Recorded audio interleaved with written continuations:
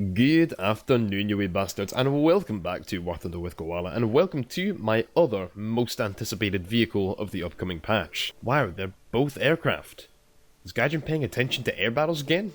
Well, actually, okay, that meme's getting kind of old with tier 6 jets and new premiums and stuff, but this particular aircraft is quite obviously for ground battles. Welcome to the best close air support in the game.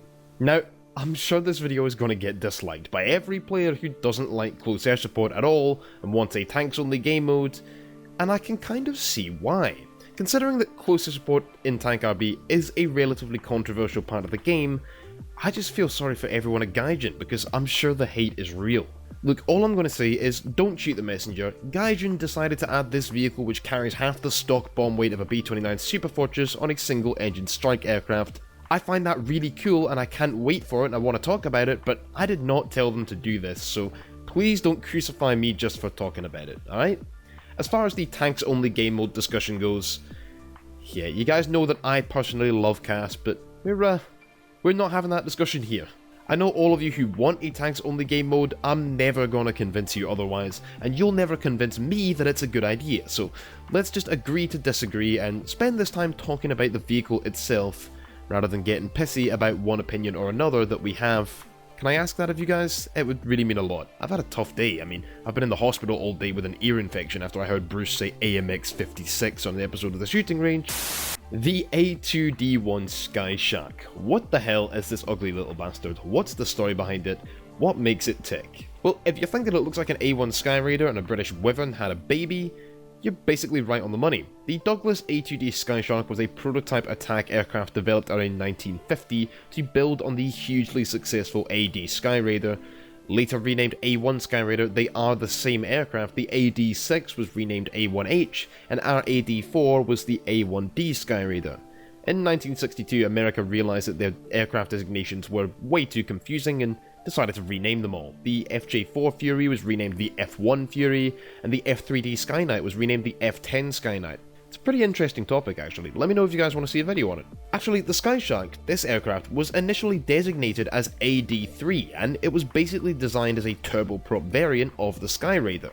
During the late 1940s, aircraft development, particularly jet development, was advancing in leaps and bounds, and the US Navy wanted a slice of that pie, putting in a request for a turbine-powered attack aircraft that could operate off of the multitude of Casablanca-class aircraft carriers in service at the time. This meant that a proper jet-powered aircraft was off the cards, at least for that time, but turboprop power was definitely considered as being the way to go, and 10 A2D Skysharks were ordered by the US Navy. The turboprop powertrain rather than a standard jet turbine also meant much greater range for the aircraft, which also translated into more time available to loiter over a battlefield, something very important for the style of warfare America would become involved with. This is why the A1 Skyraider was still being used in Vietnam, despite the much more powerful A4 Skyhawk, A6 Intruder, and A7 Corsair II all being in service in this conflict, and why the A10 Thunderbolt is still having to compete with props like the Embraer Super Tucano to keep its job. Jets just don't make for very efficient strike aircraft. The A10 is awesome, I mean, who doesn't love the Burt machine? But it ain't efficient, I can tell you that much. The A2D-1 Skyshark was powered by an Allison XT40A2 turboprop engine, basically two T-38 engines gaffer taped together and held into the aircraft by the hopes and dreams of obese children. This obviously wasn't a particularly well designed engine and caused several accidents, which unfortunately did result in the death of one test pilot. By the way, that engine, the T-38, would go on to become the T-56 engine, currently powering the United States C-130 Hercules, along with many other aircraft. So there's a bit of trivia for you. The Skyshark, on the other hand, was succeeded by the A4 Skyhawk, a jet-powered strike aircraft capable of being launched off of a World War II era aircraft carrier, the USS Lexington, so well done America for not giving up on your dreams. Because of the reliability issues of the prototypes, the A2D Skyshark was scrapped in favour of the prototype A4D Skyhawk, which Douglas produced that very same year, and as I said, the AD Skyraider was to remain in service for a long time to come. While the Skyraider wasn't as capable as the A2D Skyshark potentially would have been, it was much more reliable, already built in numbers and combat proven, and capable of being updated and outfitted in the form of the AD6 Skyraider, or A1H as I said earlier, until something like the Skyhawk could be pressed into service. The A4 Skyhawk then went on to serve for, well, a long time. What was it, 1990s, 2000s? It's still in service? Really? Argentina? Oh, cool. The turboprop engine powering the A2D-1 Skyshark, I have typed Skyshark into my script way too many times, produced a whopping 5,500 shaft horsepower, which allows the aircraft to reach speeds of around 800 kph at low altitudes. And no, its performance on the dev server was not accurate. It might not have been going any faster than it should have been in top speed, but it was accelerating far harder than it had any right to be, climbing harder and retaining energy better. And this is because its engine had around 30 times the amount of thrust that it should have. Nice one, Gaijin. Everyone say it with me, dev server serves no purpose beyond hype. By the way, I did miss the second dev server completely because I was out for my birthday. Thank you to all you lads for the birthday wishes and support messages and the donations on my live stream and such. It was so good to see, to read all of your comments. Yeah, I'm getting emotional just thinking about it. I'm just kidding, but yeah, thanks. I'll be completely honest, talking about the performance of the A2D almost seems redundant. That is not the main point. The main point is this thing's armament, because ugh, this plane is absolutely disgusting. Not only do you get 4 20mm cannons, but 2 torpedoes for all 6 of you who want to use this aircraft for naval forces, 2 2,000-pound bombs, that's the same loadout as the F3D Skyknight has on a twin-engine jet with far more sluggish performance at 7.0, 20 HVAR rockets, but that's not even half of it. Seriously, I don't get what kind of freedom juice they were using to fuel this little bastard, but hold on to your pants, because your cast boner is about to get hard. 2 2,000-pound bombs alongside 8 500-pound bombs. That's 8,000 pounds total. That's the bomb load of most 4-engine heavy bombers succeeded. Or 10, that's right, 10 500-pound bombs. What the fuck? That's 5,000 pounds of bombs. This plane carries the heaviest bomb load in game for a single, even a twin-engine aircraft. I believe the next contender is the 4,000 pounds and 20 rockets on the French AD4 Skyraider, and that thing almost feels excessive.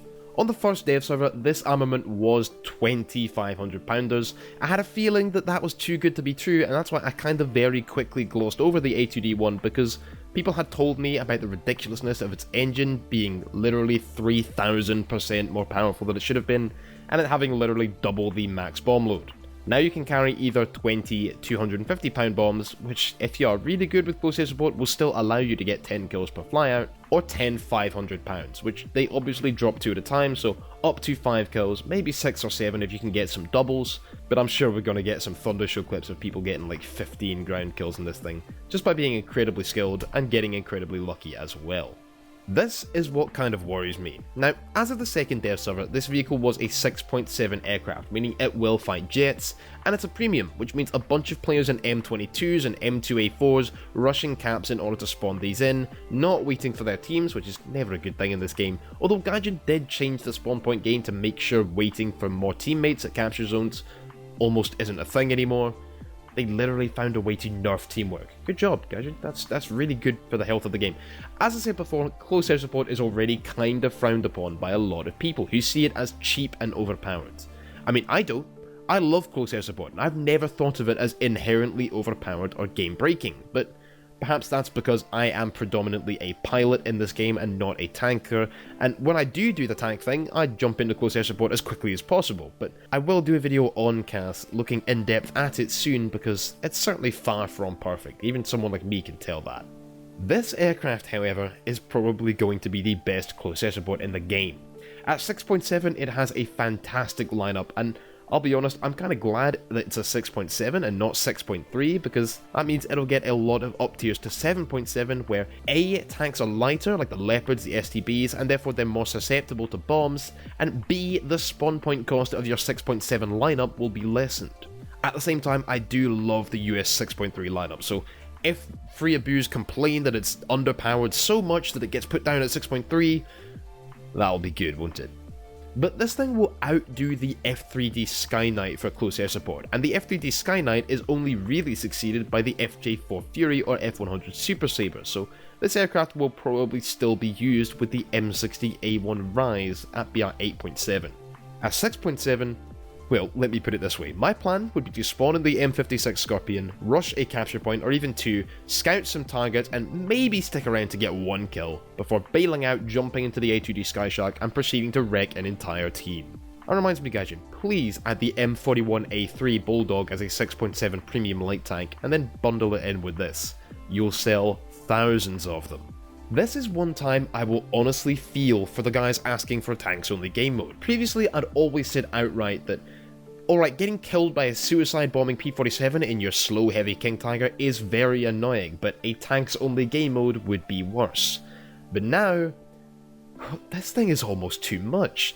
This thing carries the same amount of 500-pound bombs as the American Sky Raider carries rockets. I can't even describe how powerful I suspect this aircraft will be. Now that definitely depends on two factors. One, are the biggest bomb loads carried by this aircraft going to raise its spawn point cost even higher than usual? Say if it's carrying nothing, it'll be like 480 to 500 spawn points. If it's carrying some bombs and rockets, maybe 620 SP, and if it's carrying 10 or 20 bombs, then like 750 SP. I mean, those exact numbers might be whack, but you get the idea, that's just an example. That would help prevent there being 6 of these flying around with the 20 bomb loadout, because then close air support would actually end games. And 2, how significantly do these bomb loads hamper the performance of this aircraft? I'm not sure how many of you guys have flown the Voltor 2A as a base bomber, but what I do when I need SL is I take it out with the rocket pod armament, destroy 2 bases, and then retreat back to base, leave the game, rinse and repeat. And I can tell you those pods, they destroy the Vulture's performance. They take away around 320 kph airspeed, I believe, and they make it turn like, well, even more of a bus. If the biggest bomb loads of this aircraft reduce it to flying in at like 340 km per hour and needing half the map to perform a 180-degree turn to re-engage, and stop it from going vertical to re-engage more quickly the way a P-47 can, then it'll be a much easier target for co-aliens and such, but I'm not sure. Like I said, I didn't get on the second dev server, so I don't know just how poor the aircraft's performance is with that massive bomb load. Either way, I mean, it carries 5,000 pounds worth of bombs, 8,000 pounds is the biggest ordnance loadout, and it's a single-seat strike fighter with an amazing lineup. It's going to be good. Really good. Now, one thing I can say about Gaijin is that they're giving us the AM1 Mauler in the same patch, so at least this level of performance isn't completely unattainable behind a paywall. That's really well done. The Mauler comes decently close, and it is the better option for naval forces, so if you're thinking this aircraft looks like a good naval forces support aircraft, then save your money and grab the Mauler. It is definitely better in that regard. Otherwise, if you enjoy American tanks, or want to start playing American tanks, or have enough money to throw at the wall, look, get this, it's gonna Shrek.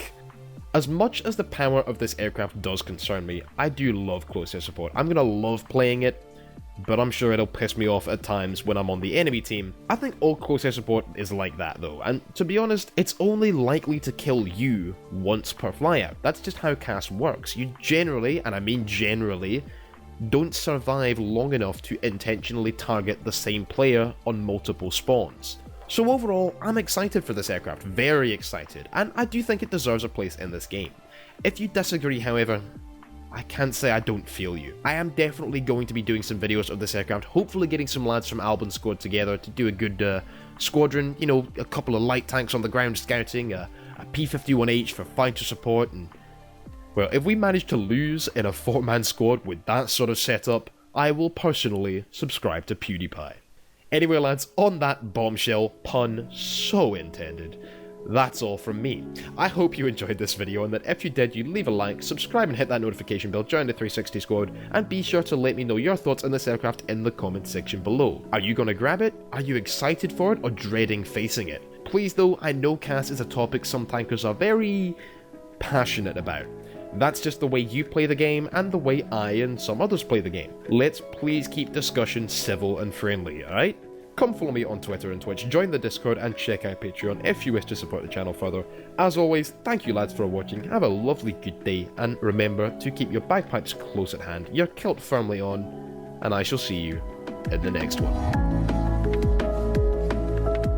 I say a wee thank you to these lads for supporting me on Patreon. Captain Thubar, DA261, Gisli Gadarsson, and Dark Recon. You lads are bra. If you wish to join them, come check out the link in the description below.